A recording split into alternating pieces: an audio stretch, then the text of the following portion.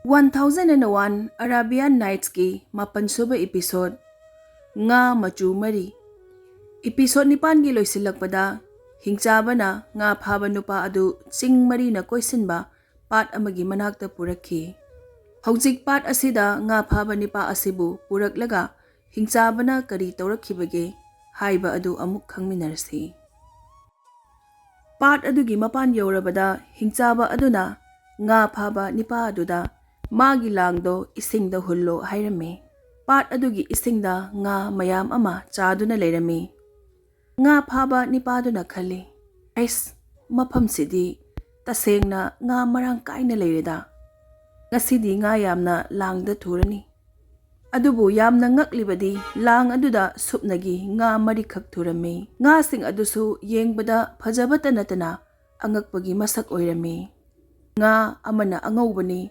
nga amana angangba machuni ahum suba nga aduna higok machuni mari suba nga aduna hangam mapan machu oirami nga phaba nipa asigi mapunsida asigomlaba nga makhal amata ukhidri nga sing asigi phajaba adu ubada mahaksu nga sing adubu pamba phawrame mahakna khali nga sing asi yolabadi mamal yamna sitlanida hingchaba aduna hairei yengo mi macha nangna phariba nga sing ase puraga nakhoi lebaki sultan gi manakta chatlo nangna kaithelda puraga yolabadi paisa yamna sitkani haina khaliba adudagi mahakna nangonda paisa yamna ka hena pirakani nangi napunsida amukta ujadriba senpham ama soidana pirakani nahak mafam asida numit khudingi laklaga asumna nga phaba yagani aduga hanuba macha nangna khangadabadi lang ase amuktagi hena hunduna nga phaba yade nangna mihoribani haiduna nongmagi numit amada hanjin hanjinna lang ase langduna nga pharabadi nangi punsida yamna khudong thiba thabak sing thoklakani aina hairiba wafam sing ase munna khangjaluko mi macha masi nangi yaifanaba haibani mi macha nang nungaina na punsido panjaro wahai sing asi hairamlaga hingchaba aduna leimaida makhongna kanna kaurame leimai adu khudakta chetkhairaklame chetkhairaba ahoba makhul aduda hingchaba adu changkhre aduga mahak mafam aduda mangkhre mahakna ahoba makhulda changkhibaga sekhairamba leimai adusu mathanta khumjinkhre nga phaba nipa aduna su hingchaba aduna hairamba wafam adumak illage haina khalami maram asina mahakna lang adu anirak suna hulamdre nga phaba nipa aduna pat leiriba mafam adudagi khul taba lambida thoraklaga makhoigi leibaki sultangi konung tamna chatkhre konung yoraba matungda sultana angakpa makhalgi phajaraba nga sing adu ubada yamna ngaklame sultana machu machugi nga sing adubu amagi mathangda ama thangat thangatuna munna yenglame mahakna nga sing adu penna yenglaba matungda manai amada hairei nga sing ase loksilo aduga greek leibaktagi tharakhiba khwaidagi hena chak ising thongbada heising labi pujari nupi ado aduda piramo nga sing asigi mahausu makhoina phajariba masak asiga manaramgani haina aina khalli manai aduna nga sing adubu chakhumda chak thongliba pujari aduda puraklaga pire mahakna hairami nga marikhak sida leire nupa amana magi langda thurambani haiduna puraklaga sultanda katlambani sultanda nga sing asi pujari nangi nakhutna thongba chaningi hairei manai nupa aduna nga sing adu chakhumda thanamlaga sultangi manakta amuk laklei sultana manai aduda hairaga nga phaba nipa aduda nga sing adugi mamal oina sanagi sanyek chamri khak lokthoklaga pikho hairame nga phaba lairaba nipa adugi mapunsida asuk yamlaba senpham ase punna amukta ujakhidri ngasigi mahaki maraibak pharaba numit asibo masana thajaba phawba ngamlamde senpham sing asi sijinaraga mahaki mayumgi lairaba kokcherame Hojik aikhoi punna chakhumda amuk changlasi ꯃꯐꯝ ꯑꯁꯤꯗ ꯌꯥꯝꯅ ꯊꯥꯖꯗꯕ ꯑꯉꯛꯄ ꯊꯧꯗꯣꯛ ꯈꯔꯅ ꯊꯣꯛꯀꯗꯕꯒꯤ ꯉꯥꯏꯗꯨꯅ ꯂꯩꯔꯤ꯫ ꯆꯥꯛꯈꯨꯝ ꯃꯅꯨꯡꯗ ꯆꯥꯛꯊꯣꯡꯕꯤ ꯅꯨꯄꯤ ꯑꯗꯨꯅ ꯃꯆꯨ ꯃꯆꯨꯒꯤ ꯉꯥꯁꯤꯡ ꯑꯗꯨ ꯅꯤꯡꯊꯤꯅ ꯁꯦꯝꯂꯦ꯫ ꯉꯥꯁꯤꯡ ꯑꯗꯨ ꯊꯥꯎ ꯍꯩꯔꯕ ꯈꯥꯡ ꯑꯃꯗ ꯃꯊꯪ ꯃꯊꯪ ꯇꯥꯎꯅꯕ ꯍꯥꯞꯆꯤꯜꯂꯦ꯫ ꯆꯥꯛꯊꯣꯡꯕꯤꯅ ꯉꯥꯁꯤꯡ ꯑꯁꯤ ꯅꯥꯀꯟ ꯅꯥꯝꯃꯗꯤ ꯅꯤꯡꯊꯤꯅ ꯃꯨꯜꯂꯝꯂꯅꯤ, ꯑꯗꯨꯅ ꯑꯇꯣꯞꯄ ꯅꯥꯀꯟ ꯅꯥꯝꯃ ꯑꯃꯨꯛ ꯇꯥꯎꯅꯕ ꯑꯣꯟꯊꯣꯛꯂꯝꯃꯤ꯫ ꯉꯥꯁꯤꯡ ꯑꯗꯨ ꯃꯊꯛ ꯃꯈꯥ ꯑꯣꯟꯗꯨꯅ ꯇꯥꯎꯒꯦ ꯇꯧꯔꯤꯉꯩꯗ ꯆꯥꯛꯈꯨꯝ ꯑꯗꯨꯒꯤ ꯐꯛꯂꯥꯡ ꯑꯃ ꯑꯉꯛꯄꯒꯤ ꯃꯑꯣꯡꯗ ꯆꯦꯛꯈꯥꯏꯔꯛꯈꯤ꯫ ꯆꯦꯛꯈꯥꯏꯔꯕ ꯐꯛꯂꯥꯡ ꯑꯗꯨꯒꯤ ꯃꯅꯨꯡꯗꯒꯤ ꯃꯁꯛ ꯃꯇꯧ ꯅꯤꯡꯊꯤꯖꯔꯕꯤ ꯃꯊꯣꯠ ꯀꯥꯔꯛꯂꯤꯕꯤ ꯂꯩꯁꯥꯕꯤ ꯑꯃ ꯊꯣꯛꯂꯛꯈꯤ꯫ ꯅꯨꯄꯤ ꯑꯁꯤꯅ ꯁꯦꯠꯂꯛꯄ ꯐꯤꯖꯣꯜꯅ ꯏꯖꯤꯞꯀꯤ ꯃꯍꯥꯔꯥꯅꯤꯁꯤꯡꯅ ꯁꯦꯠꯅꯕ ꯑꯔꯪꯕ ꯐꯤꯗ ꯃꯆꯨ ꯃꯆꯨꯒꯤ ꯂꯩ ꯃꯈꯜ ꯃꯈꯜ ꯀꯌꯥ ꯌꯦꯛꯄ ꯑꯗꯨꯅꯤ꯫ ꯃꯉꯛꯀ ꯃꯅꯥꯒꯗꯅ ꯑꯉꯧꯕ ꯃꯆꯨꯒꯤ ꯃꯅꯤꯅ ꯁꯥꯕ ꯂꯤꯛ ꯑꯃꯗꯤ ꯁꯅꯥ ꯌꯥꯜꯂꯝꯃꯤ꯫ ꯃꯈꯨꯠꯀꯤ ꯆꯦꯡꯂꯕ ꯈꯨꯖꯦꯡꯗꯅ ꯁꯅꯥꯅ ꯁꯥꯕ ꯈꯨꯖꯤꯗ ꯗꯥꯏꯃꯟ ꯊꯤꯟꯕ ꯈꯨꯖꯤ ꯁꯤꯔꯝꯃꯤ꯫ ꯃꯈꯨꯠꯇꯅ ꯂꯩ ꯑꯉꯧꯕ ꯆꯕꯨꯟ ꯁꯥꯠꯄ ꯌꯥꯎꯕ ꯖꯥꯗꯨꯒꯤ ꯆꯩ ꯑꯁꯥꯡꯕ ꯑꯃ ꯄꯥꯏꯔꯝꯃꯤ꯫ ꯅꯨꯄꯤ ꯑꯁꯤꯅ ꯐꯛꯂꯥꯡ ꯑꯀꯥꯏꯕꯗꯒꯤ ꯊꯣꯛꯂꯛꯂꯒ ꯉꯥ ꯉꯧꯔꯤꯕ ꯈꯥꯡ ꯑꯗꯨꯒꯤ ꯃꯅꯥꯛꯇ ꯆꯪꯂꯛꯏ꯫ ꯈꯪꯍꯧꯗꯅ ꯊꯣꯛꯂꯤꯕ ꯊꯧꯗꯣꯛ ꯑꯗꯨ ꯎꯕꯗ ꯆꯥꯛꯊꯣꯡꯕꯤ ꯅꯨꯄꯤ ꯑꯗꯨꯗꯤ ꯃꯃꯥꯡꯗ ꯚꯨꯠ ꯄ꯭ꯔꯦꯠ ꯊꯣꯛꯂꯛꯂꯒ ꯃꯊ꯭ꯋꯥꯏ ꯂꯧꯔꯝꯗꯥꯏꯒꯤ ꯀꯤꯗꯨꯅ ꯇꯧꯐꯝ ꯈꯪꯗꯅ ꯂꯣꯠꯄ ꯑꯗꯨꯒ ꯆꯞ ꯃꯥꯟꯅꯔꯝꯃꯤ꯫ ꯐꯛꯂꯥꯡ ꯃꯅꯨꯡꯗꯒꯤ ꯊꯣꯛꯂꯛꯈꯤꯕꯤ ꯂꯥꯏ ꯃꯥꯟꯕꯤ ꯅꯨꯄꯤ ꯑꯗꯨꯅ ꯃꯥꯅ ꯄꯥꯏꯔꯛꯄ ꯆꯩ ꯑꯗꯨꯅ ꯈꯥꯡꯗ ꯇꯥꯎꯗꯨꯅ ꯌꯥꯎꯔꯤꯕ ꯉꯥ ꯑꯃꯗ ꯊꯤꯜꯂꯒ ꯍꯥꯏꯔꯛꯏ, "ꯍꯦ ꯉꯥ, ꯉꯥ, ꯅꯪꯅ ꯇꯧꯒꯗꯕ ꯊꯕꯛꯁꯤꯡ ꯑꯗꯨ ꯇꯧꯔꯤꯕ ꯅꯠꯇ꯭ꯔꯥ?"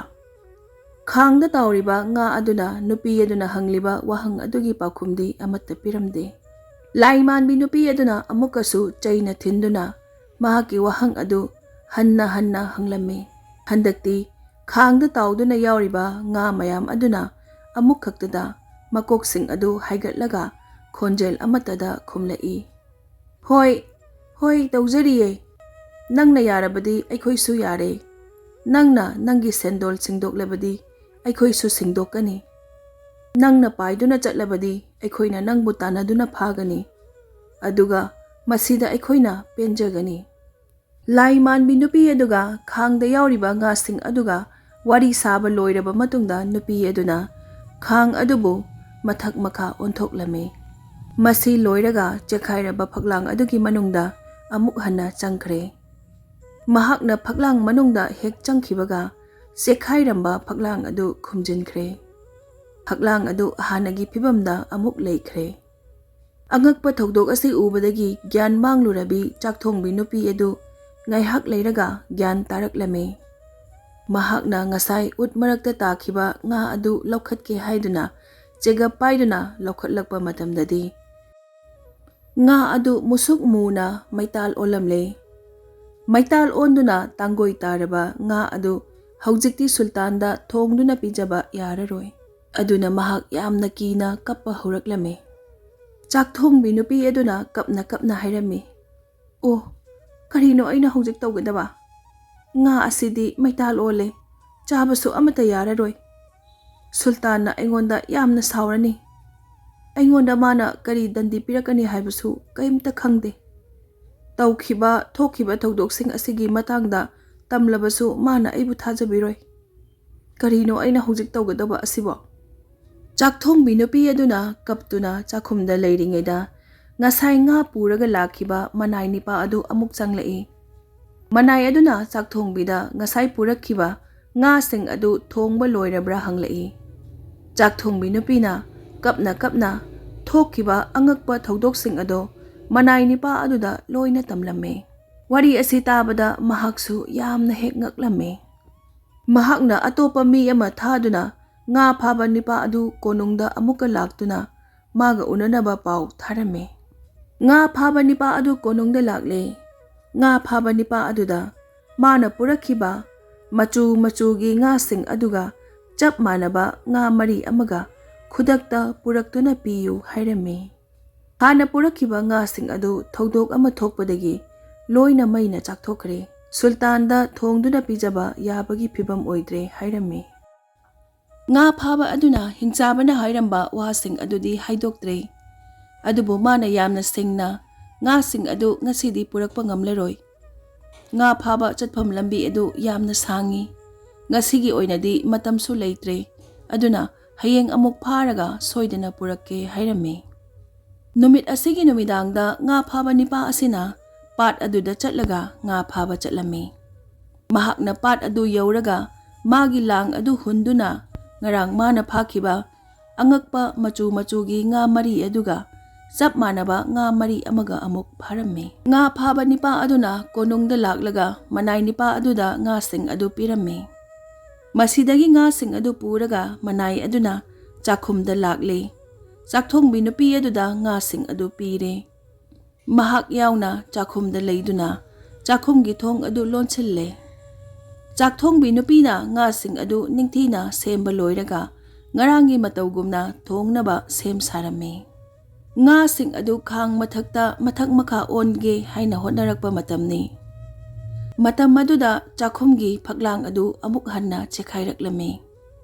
Ngarangi masak mataw phajarabi leisabi adu amuka hanna thoklakle. Aduga ngarang hangkiba wahang pakhum aduga chap manana nga sing aduda hanglame. Nga sing adunasu makhoina piramba pakhum aduga chap manana ngasisu khumlai. Masidagi nupi aduna khang adubu mathak makha onthoklamlaga chekhairaba phaklang adugi manungda amuk hanna changkhirame. Leisabi adusu mangkre chekhairamba phaklangsu khumjinkhre. Mafam aduda karisu thokhidaba amagi matawgumna tawkhre. Ngasaidagi thogdoksing asibu lona yengliba manay nupa adu haujikti angakpana pumloy loikhre. Mamit aduna ukriba thogdoksing adu thajaba phawba ngamlamde. Mahakna hairai. Angakpane. Kananasu thajaroidaba thogdokne. Ai warising asi sultanda tamludaba yade. Ai warising asi sultanda han amukta tamlukhige. Manay aduna chatlaga sultangi manakta thogdok adugi matangda wari pumnamak tamlure. Thajabada wana thoklaba warising asi tabada sultando mamit onkhatuna ngakpana loirame. Achumbarane mana hairisibo haina khalame. Mahaksu henman na ngaklaba thogdok asi mamit makna yengba pamlame. Sultana nga phaba nipa adu konungda amuka kakhatle. Aduga mana purakhiba angakpa machugi nga mari adu amuka hanna purakho haina hairame. Nga phaba nipa aduna sultanda numit humnidangi matam pibiyo hairame. Ai nga sing adu soidana pujarake hairame. Sultana nga phaba na hairiba wafam aduda yabire. Numit humni leiraga nga phaba nipa aduna angakpa pat aduda chatlaga lang hunduna machugi nga mari amaga amuk phare. Nga sing adu konungda puraklaga sultanda pire. Sultan na handaksu ngagi mamal oina sanagi senyek chamri amagasu puthoktuna nga phaba aduda pibire. Sultana nga sing adu purakpa ubada yamna haraure. Sultana handakti nga makhal mari adu sakhumda thongleroy magi kada oina thonglage haina purakle. Nga adubu thongba thakpada changba machal khudingsu magi kada puduna lakle. Sultangi ka manungda magi achanba manay aduga loinana thong lonsille. Makhoi ani sangna nga sing adu thongnaba sem sare. Nga sing adu tawduna nakan nama mulle. Atopa nakan nama ama onduna tawnaba honarakpa matamni. Matam asimaktada sultan na layriba ka adugi phaglang ama hana chakhumda tawkhibagumna chekhailaklame. Chekhairaba phaglang adugi manungdagi nupa ama thoklaklame. Handakti nipa adu hanagumna masak mataw phajabi nupi aduga manaramde. Handak phaglangdagi thoklakliba nipa asidi musuk muba nupa ama oirame. Mahak yamna ka hena wangi. Makhutana sanglaba asangba machugi chay ama pai. Amuba nupa asina magi asangba chay aduna nga sing aduda thillaga yamna kiningay oiraba tamthiraba khonjel amada hangi. He nga nakhoi nasa nasagi nathaudangsing adu pangthoklibra? Masida ngasing asina makoksing adu khangdagi punna amuk khaktangda thangalaklaga khumlai. Hoi, hoi, taujari. Nangna yarabadi aikhoisu yare. Nangna nangi sendol singdoklabadi aikhoisu singdokani. Nangna paiduna chatlabadi aikhoina nangbu tanaduna phagani. Aduga masida aikhoina penjagani. Nga sing asigi pakhum taraba matungda amuba jadugar manba nipaduna khang adu pairaga ka adugi mayaida mathak makha onthokduna haidoklami. Kudak aduda nga sing adu musuk muraba maital olami. Masigi matungda amuba nipadu mangak thekatladuna yamna usittaba mawongda ahoba phaklang adugi manungda amuk changkhirami. Mahakna manungda hek changkhibaga phaklang adu khumjinkhiduna hanagi matawgumna karisu tawkhidabagumna leirammi. Angakpa thawdoksing asi mamitki mamangda thokhiba uraba matungda sultanna hairame. Ai ngasigi thawdok asi uruba matungda tuminna leithokpa ngamloidori. Nga sing asiga mari leinaba thawdok amadi soidana leiramgani haina khalli. Nga sing asigi aronba angakpa wari ama soidana leiramgani madu aina wari sing adu thigattuna khangdoktaba yade. Sultanna khudak aduda nga phaba nipa adu konongda kauri. Sultanna nga phaba nipa aduda hairai. He nga phaba nipa. Nangna purakhiba machu manadaba nga sing aduna aingonda yamna angakpa thawdok ama thokhalle. Karino karamnano khangdaba thawdok amana aibu khanpham tawpham khanghandre. Nipa nangna angakpa nga sing adu mapham kadaidagi pharakhibano. Nga phaba nipa aduna amuk khume. Iningthau ibungo.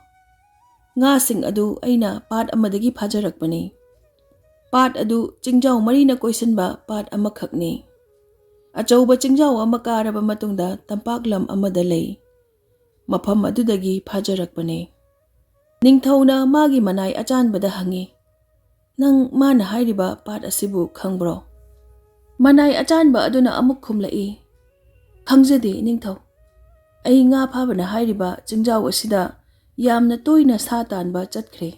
Adubu mana hairiba mapham asigi matangdadi ai amuk phawba takhidri. Nga phaba nipa aduna pat aduna leiriba mapham adu mapham asidagi supnagi pung ahum khak khongna chatlaga lei hairame. Sultanna magi darbarda phamliba miyoi pumbaga lanmi kharaga puraga pat leiriba mapham aduda chatnaba lakhi. Nga phaba nipa aduna makhoi mayambu mamang thaduna purakhi. Makhoina awangba chingjau adu karakpa matamda nakanda yengthakhibada nga phabana haiba achauba pat adu ure. Pat aduda leiriba ising adu asuki matik lurame. Madudi nga phabana nungtigi pharaga purakhiba machu makhal marigi nga sing aduna iroiduna sanariba adu ingan ngana urame. Lakliba miyam pumba angakpa nga sing asina phajaraba ipak aduda iroiduna sanariba adu leptuna munna ngahak yenglame. Sultanna magi manai singda pat adugi mapanda chang macha sing sanaba hairame. Numidangi matam oirakle sultanna magi manai achanbadu kauksille aduga hairai. Masigi ngagi aronba warising ase karino haiba khangdoktaba yade. Aina mapanda thokringeida nang aigi ka asida leho. Aigi mantri mandol singna hayeng aibu unaba lakpa matamda ai hakchang ngamdaduna lei. Aduna makhoiga unaba yakhiroi haina hayo. Nangna aina hairiba thabaksing ase aina mapham asida halaktriba phawba tawduna leiramo. Manai achanba aduna sultanda mahak mathanta mapanda chatkiganu haina kanna hairame. Adubu madu pumba aremba tarame. Sultanna mi achamba amagi phijol setle. Makhutta thang amasu paire. Mapham aduda sangsaduna lekliba miyam sing aduna tumna hipna khibagi thengjil laklaba michik mirau khol tadraba matam aduda mahak mathanta magi kadagi mapanda thoklakle. Sultanna pat adubu koisiliba chingjau amada karakle. ꯆꯤꯡꯖꯥꯎ ꯑꯁꯤꯗꯒꯤ ꯀꯨꯝꯊꯔꯛꯂꯒ ꯇꯝꯄꯥꯛ ꯂꯝꯗꯝ ꯑꯃ ꯊꯦꯡꯅꯔꯦ꯫ ꯃꯇꯝ ꯑꯗꯨꯗ ꯑꯌꯨꯛ ꯑꯉꯟꯕꯒꯤ ꯅꯨꯃꯤꯠꯀꯤ ꯃꯉꯥꯜꯁꯨ ꯊꯣꯛꯄ ꯍꯧꯔꯛꯂꯤ꯫ ꯑꯔꯥꯞꯄꯗ ꯃꯍꯥꯛꯀꯤ ꯃꯃꯤꯠꯀꯤ ꯃꯃꯥꯡꯗ ꯌꯥꯝꯅ ꯆꯥꯎꯔꯕ ꯀꯣꯅꯨꯡꯒꯨꯝꯂꯕ ꯌꯨꯝ ꯑꯃ ꯂꯩꯔꯝꯃꯤ꯫ ꯌꯨꯝ ꯑꯗꯨꯒꯤ ꯃꯅꯥꯛꯇ ꯆꯪꯂꯛꯂꯦ꯫ ꯌꯨꯝ ꯑꯗꯨ ꯑꯁꯨꯛꯀꯤ ꯃꯇꯤꯛ ꯐꯖꯅ ꯁꯥꯔꯝꯃꯤ꯫ ꯌꯨꯝ ꯑꯗꯨꯒꯤ ꯃꯅꯨꯡꯗ ꯃꯨꯁꯨꯛ ꯃꯨꯕ ꯂꯪꯇ꯭ꯔꯤꯛ ꯂꯪꯕ ꯐꯖꯔꯕ ꯃꯥꯔꯕꯜꯅ ꯁꯤꯟꯕ ꯊꯨꯡꯅ ꯊꯥꯔꯝꯃꯤ꯫ ꯐꯛꯂꯥꯡꯗ ꯅꯞꯂꯤꯕ ꯃꯥꯔꯕꯜꯁꯤꯡ ꯑꯗꯨ ꯃꯤꯡꯁꯦꯜꯒꯤ ꯃꯇꯧꯒꯨꯝꯅ ꯏꯔꯪ ꯂꯪꯂꯝꯃꯤ꯫ ꯁꯨꯜꯇꯥꯟꯅ ꯌꯨꯝ ꯑꯗꯨꯒꯤ ꯊꯣꯡꯖꯤꯟꯗ ꯂꯥꯛꯂꯦ꯫ ꯊꯣꯡ ꯑꯗꯨ ꯇꯪꯈꯥꯏ ꯑꯃ ꯍꯥꯡꯗꯨꯅ ꯂꯩꯔꯝꯃꯤ꯫ ꯊꯣꯡ ꯑꯗꯨ ꯃꯍꯥꯛꯅ ꯊꯤꯜꯂꯝꯃꯤ, ꯑꯗꯨꯕꯨ ꯃꯤꯑꯣꯏ ꯑꯃꯠꯇꯗꯤ ꯊꯣꯛꯂꯛꯂꯝꯗꯦ꯫ ꯁꯨꯜꯇꯥꯟꯅ ꯌꯨꯝ ꯑꯗꯨꯒꯤ ꯃꯅꯨꯡꯗ ꯆꯪꯂꯛꯂꯦ꯫ ꯆꯥꯎꯔꯕ ꯌꯨꯝꯌꯥꯏꯒꯤ ꯀꯥ ꯑꯗꯨ ꯌꯧꯅ ꯆꯪꯂꯛꯂꯕ ꯐꯥꯎꯕ ꯃꯤꯗꯤ ꯑꯃꯠꯇ ꯂꯩꯔꯝꯗꯦ꯫ ꯃꯍꯥꯛꯅ ꯃꯐꯝ ꯑꯗꯨꯗ ꯂꯦꯞꯂꯒ "ꯀꯅꯥ ꯀꯅꯥ ꯂꯩꯕꯒꯦ ꯌꯨꯝ ꯑꯁꯤꯕꯨ?" ꯍꯥꯏꯅ ꯀꯟꯅ ꯀꯟꯅ ꯀꯧꯔꯕꯁꯨ ꯀꯅꯥ ꯑꯃꯠꯇꯅ ꯄꯥꯎꯈꯨꯝ ꯄꯤꯔꯛꯂꯝꯗꯦ꯫ ꯌꯨꯝ ꯑꯗꯨꯒꯤ ꯃꯅꯨꯡꯗ ꯑꯁꯨꯝ ꯆꯪꯂꯛꯄꯅ ꯑꯇꯣꯞꯄ ꯌꯥꯝꯅ ꯆꯥꯎꯔꯕ ꯀꯥ ꯑꯃꯁꯨ ꯊꯦꯡꯅꯔꯦ꯫ ꯀꯥ ꯑꯗꯨꯁꯨ ꯁꯅꯥ ꯂꯨꯄꯥꯅ ꯁꯥꯕ ꯂꯩꯇꯦꯡꯒꯤ ꯄꯣꯠꯅ ꯃꯐꯝ ꯆꯥꯅ ꯆꯥꯅ ꯐꯖꯅ ꯊꯦꯠꯂꯤ꯫ ꯂꯩꯔꯤꯕ ꯎꯄꯨ ꯀꯥꯡꯊꯣꯜꯁꯤꯡ ꯑꯗꯨꯁꯨ ꯌꯥꯝꯅ ꯐꯖꯕ ꯑꯇꯥꯡꯕ ꯑꯣꯏꯔꯝꯃꯤ꯫ ꯀꯥ ꯑꯗꯨꯒꯤ ꯃꯅꯨꯡ ꯆꯪꯂꯛꯂꯒ ꯑꯇꯣꯞꯄ ꯀꯥ ꯑꯃꯁꯨ ꯂꯩꯔꯝꯃꯤ꯫ ꯀꯥ ꯑꯗꯨꯁꯨ ꯅꯤꯡꯊꯤꯅ ꯂꯩꯇꯦꯡꯂꯝꯃꯤ꯫ ꯀꯥ ꯑꯗꯨꯒꯤ ꯃꯌꯥꯏꯗ ꯏꯁꯤꯡ ꯆꯥꯏꯕꯤ ꯑꯃ ꯂꯩꯔꯝꯃꯤ꯫ ꯏꯁꯤꯡ ꯆꯥꯏꯕꯤ ꯑꯗꯨꯒꯤ ꯃꯈꯣꯡꯗꯅ ꯁꯅꯥꯅ ꯁꯥꯕ ꯅꯣꯡꯁꯥ ꯃꯔꯤꯅ ꯀꯣꯏꯁꯤꯜꯂꯝꯃꯤ꯫ ꯁꯅꯥꯒꯤ ꯅꯣꯡꯁꯥꯁꯤꯡ ꯑꯗꯨꯒꯤ ꯃꯆꯤꯟꯗꯒꯤ ꯇꯥꯔꯛꯂꯤꯕ ꯏꯁꯤꯡ ꯑꯗꯨꯅ ꯃꯅꯤ ꯃꯨꯛꯇꯥꯒꯤ ꯐꯖꯔꯕ ꯅꯨꯡ ꯑꯣꯜꯂꯝꯃꯤ꯫ ꯅꯨꯡꯁꯤꯡ ꯑꯗꯨꯅ ꯇꯥꯔꯛꯂꯤꯕ ꯃꯐꯝ ꯑꯗꯨꯅ ꯁꯅꯥꯅ ꯍꯛꯇꯨꯅ ꯁꯥꯕ ꯃꯐꯝ ꯑꯃꯗ ꯑꯣꯏꯔꯝꯃꯤ꯫ ꯀꯣꯅꯨꯡ ꯑꯗꯨꯒꯤ ꯑꯀꯣꯏꯕ ꯃꯥꯏꯀꯩ ꯑꯍꯨꯝꯗ ꯑꯉꯛꯄ ꯐꯪꯅ ꯐꯖꯔꯕ ꯂꯩꯀꯣꯜ ꯑꯍꯨꯝꯅ ꯀꯣꯏꯁꯤꯜꯂꯝꯃꯤ꯫ ꯑꯄꯤꯛꯄ ꯑꯔꯨꯕ ꯏꯁꯤꯡ ꯂꯩꯕ ꯊꯔꯣ ꯊꯝꯕꯥꯜ ꯁꯥꯠꯄ ꯄꯥꯠ ꯃꯆꯥ ꯃꯆꯥꯁꯨ ꯂꯩꯔꯝꯃꯤ꯫ ꯎꯃꯪ ꯃꯆꯥꯁꯤꯡꯗꯅ ꯎꯆꯦꯛ ꯃꯆꯥꯁꯤꯡꯅ ꯎꯁꯥꯗ ꯐꯝꯗꯨꯅ ꯅꯨꯡꯁꯤ ꯅꯨꯡꯁꯤꯔꯕ ꯏꯁꯩ ꯁꯛꯂꯝꯃꯤ꯫ ꯃꯐꯝ ꯑꯗꯣ ꯁꯔꯒꯒꯤ ꯂꯩꯀꯣꯜꯒ ꯃꯥꯟꯅꯅ ꯐꯖꯔꯝꯃꯤ꯫ ꯃꯇꯝ ꯑꯁꯤ ꯌꯧꯔꯕ ꯐꯥꯎꯕ ꯌꯨꯝ ꯑꯗꯨꯗꯒꯤ ꯃꯤ ꯖꯤꯕ ꯄꯥꯟꯕ ꯑꯃꯠꯇ ꯊꯣꯛꯂꯛꯂꯝꯗꯦ꯫ ꯉꯥꯏꯍꯥꯛ ꯂꯩꯔꯒꯗꯤ ꯅꯤꯄꯥ ꯑꯃꯒꯤ ꯈꯣꯟꯖꯦꯜꯗ ꯌꯥꯝꯅ ꯋꯥꯅ ꯀꯞꯄꯒꯤ ꯃꯈꯣꯜ ꯑꯃ ꯇꯥꯔꯛꯈꯤ꯫ ꯈꯣꯟꯖꯦꯜ ꯑꯃꯅ ꯑꯁꯨꯝꯅ ꯁꯣꯟꯊꯥꯡꯅꯅ ꯍꯥꯏꯕꯁꯨ ꯇꯥꯔꯝꯃꯤ, "ꯑꯣ, ꯑꯩ ꯃꯐꯝ ꯑꯁꯤꯗ ꯑꯁꯨꯝꯅ ꯋꯥꯅ ꯍꯤꯡꯒꯗꯕꯒꯤ ꯁꯔꯨꯛ ꯁꯤꯖꯈꯤꯕꯅ ꯁꯔꯨꯛ 100 ꯍꯦꯟꯅ ꯐꯔꯕꯅꯤ꯫ ꯑꯁꯤꯕ ꯍꯥꯏꯕ ꯂꯥꯏꯗꯣ ꯂꯥꯛꯂꯕꯗꯤ ꯍꯔꯥꯎꯅ ꯊꯋꯥꯏ ꯑꯁꯦ ꯊꯥꯖꯔꯒꯦ"꯫ ꯁꯨꯜꯇꯥꯟꯅ ꯋꯥꯅ ꯇꯦꯡꯊꯥꯔꯤꯕ ꯂꯥꯏꯕꯛ ꯊꯤꯔꯕ ꯃꯤꯑꯣꯏ ꯑꯃꯒꯤ ꯈꯣꯟꯖꯦꯜ ꯑꯗꯨ ꯇꯥꯔꯛꯂꯤꯕ ꯃꯥꯏꯀꯩ ꯑꯗꯨ ꯀꯗꯣꯝꯗꯅꯣ ꯊꯤꯔꯝꯃꯤ꯫ ꯃꯃꯩꯗ ꯃꯍꯥꯛꯅ ꯎꯔꯦ꯫ ꯂꯩꯃꯥꯏꯗꯒꯤ ꯈꯖꯤꯛꯇꯪ ꯍꯥꯏꯒꯠꯂꯒ ꯊꯥꯔꯤꯕ ꯁꯨꯜꯇꯥꯟ ꯑꯃꯒꯤ ꯁꯤꯡꯍꯥꯁꯟ ꯑꯃꯗ ꯃꯁꯛ ꯃꯇꯧ ꯌꯥꯝꯅ ꯐꯖꯔꯕ ꯅꯍꯥ ꯑꯣꯏꯔꯤꯕ ꯅꯤꯄꯥ ꯑꯃ ꯐꯝꯂꯤꯕ ꯑꯗꯣ꯫ ꯁꯦꯠꯂꯤ ꯆꯥꯔꯤꯕ ꯐꯤꯖꯣꯜꯁꯨ ꯅꯤꯡꯊꯧ ꯑꯃꯒꯤ ꯐꯤꯖꯣꯜꯅꯤ꯫ ꯅꯤꯄꯥ ꯑꯁꯤꯒꯤ ꯃꯃꯥꯏ ꯑꯗꯨ ꯑꯋꯥꯕꯅ ꯄꯤꯛ ꯊꯜꯂꯝꯃꯤ꯫ ꯁꯨꯜꯇꯥꯟꯅ ꯅꯤꯄꯥ ꯑꯗꯨꯒꯤ ꯃꯅꯥꯛꯇ ꯆꯪꯂꯛꯏ, ꯑꯗꯨꯒ ꯃꯀꯣꯛ ꯅꯣꯟꯊꯗꯨꯅ ꯏꯀꯥꯏ ꯈꯨꯝꯅꯕ ꯎꯠꯂꯝꯃꯤ꯫ ꯁꯤꯡꯍꯥꯁꯟꯗ ꯐꯝꯂꯤꯕ ꯅꯤꯄꯥ ꯑꯗꯨꯁꯨ ꯃꯀꯣꯛꯇꯨ ꯁꯨꯜꯇꯥꯟ ꯎꯕꯗ ꯏꯀꯥꯏ ꯈꯨꯝꯅꯔꯗꯨꯅ ꯅꯣꯟꯊꯔꯝꯃꯤ, ꯑꯗꯨꯕꯨ ꯃꯍꯥꯛ ꯃꯀꯣꯛ ꯑꯗꯨ ꯑꯃꯨꯛ ꯍꯟꯅ ꯍꯥꯏꯒꯠꯂꯛꯄꯗꯤ ꯉꯝꯂꯝꯗꯦ꯫ ꯅꯤꯄꯥ ꯑꯗꯨꯅ ꯁꯨꯜꯇꯥꯟꯗ ꯅꯣꯟꯊꯔꯤꯕ ꯃꯀꯣꯛ ꯑꯗꯨꯗꯒꯤ ꯍꯥꯏꯔꯛꯏ, "ꯂꯩꯕꯥꯛ ꯑꯃꯒꯤ ꯁꯨꯜꯇꯥꯟ ꯃꯥꯟꯕ ꯁꯛꯈꯪꯗꯕ ꯅꯤꯄꯥ, ꯑꯩꯅ ꯅꯪꯕꯨ ꯎꯕꯗ ꯍꯥꯏꯅꯤꯡꯉꯥꯏ ꯂꯩꯇꯅ ꯏꯀꯥꯏ ꯈꯨꯝꯅꯖꯩ, ꯑꯃꯗꯤ ꯅꯪꯒꯤꯗꯃꯛꯇ ꯑꯩꯅ ꯃꯐꯝ ꯑꯁꯤꯗ ꯂꯥꯛꯄꯤꯕꯒꯤ ꯌꯥꯝꯅ ꯇꯔꯥꯝꯅ ꯑꯣꯛꯐꯝ ꯊꯣꯛꯄꯅꯤ"꯫ ꯁꯨꯜꯇꯥꯟꯅ ꯑꯃꯨꯛ ꯈꯨꯝꯂꯛꯏ, "ꯑꯩꯅꯁꯨ ꯂꯩꯕꯥꯛ ꯑꯃꯒꯤ ꯁꯨꯜꯇꯥꯟ ꯃꯥꯜꯂꯕ ꯅꯪꯕꯨ ꯏꯀꯥꯏ ꯈꯨꯝꯅꯖꯔꯤ꯫ ꯅꯪꯅ ꯅꯀꯣꯛ ꯅꯣꯟꯊꯗꯨꯅ ꯂꯩꯕꯒꯤ ꯑꯆꯨꯝꯕ ꯃꯔꯝ ꯑꯃ ꯁꯣꯏꯗꯅ ꯂꯩꯔꯝꯒꯅꯤ꯫ ꯅꯍꯥ ꯑꯣꯏꯔꯤꯕ ꯅꯪꯅ ꯋꯥꯅ ꯀꯞꯄꯒꯤ ꯈꯣꯟꯖꯦꯜ ꯇꯥꯕꯗ ꯑꯩ ꯃꯐꯝ ꯑꯁꯤꯗ ꯅꯪꯕꯨ ꯑꯉꯝꯕ ꯃꯇꯦꯡ ꯄꯥꯡꯖꯒꯦ ꯍꯥꯏꯗꯨꯅ ꯂꯥꯛꯆꯕꯅꯤ꯫ ꯑꯩꯅ ꯄꯥꯡꯕ ꯉꯝꯕ ꯃꯇꯦꯡ ꯂꯩꯔꯕꯗꯤ ꯆꯤꯡꯅꯗꯅ ꯇꯥꯛꯄꯤꯌꯨ꯫ ꯑꯗꯨꯒ ꯋꯥꯍꯪ ꯑꯃꯅ, ꯀꯣꯅꯨꯡ ꯑꯁꯤꯕꯨ ꯀꯅꯥꯒꯤꯅꯣ? ꯑꯗꯨꯒ ꯃꯐꯝ ꯑꯁꯤꯅ ꯏꯍꯥꯡ ꯍꯥꯡꯗꯨꯅ ꯃꯤ ꯑꯃꯠꯇ ꯎꯗ꯭ꯔꯤꯕ ꯑꯁꯤꯅ ꯀꯔꯤꯒꯤꯅꯣ?"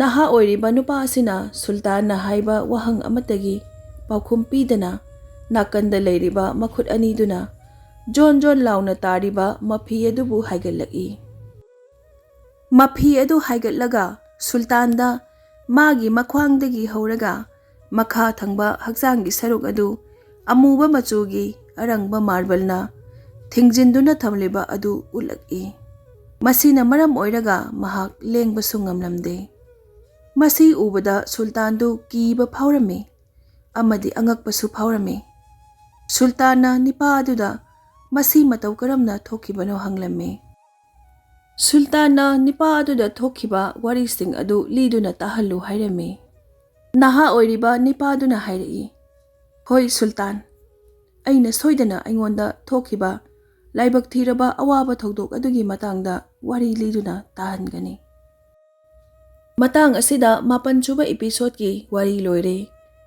ꯍꯌꯦꯡ 10ꯁꯨꯕ ꯏꯄꯤꯁꯣꯗꯇ ꯑꯉꯛꯄ ꯃꯐꯝ ꯑꯁꯤꯗ ꯂꯩꯔꯝꯂꯤꯕ ꯅꯤꯡꯊꯧ ꯃꯥꯟꯕ ꯅꯤꯄꯥ ꯑꯁꯤꯅ ꯃꯇꯧ ꯀꯔꯝꯅ ꯃꯍꯥꯛ ꯃꯥꯔꯕꯜ ꯑꯃꯨꯕꯁꯤꯡꯅ ꯐꯥꯖꯤꯟꯗꯨꯅ ꯂꯩꯈꯤꯕꯅꯣ ꯍꯥꯏꯕꯒꯤ ꯃꯇꯥꯡꯗ ꯁꯨꯜꯇꯥꯟꯗ ꯂꯤꯔꯛꯄ ꯋꯥꯔꯤ ꯑꯗꯨ ꯑꯃꯨꯛ ꯇꯥꯃꯤꯟꯅꯁꯤ꯫